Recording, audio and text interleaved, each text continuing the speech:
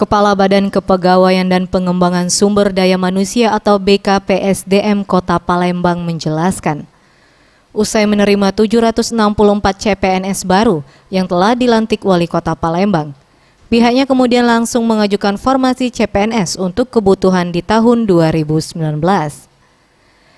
Sekitar 2.000 formasi CPNS masih dibutuhkan Kota Palembang.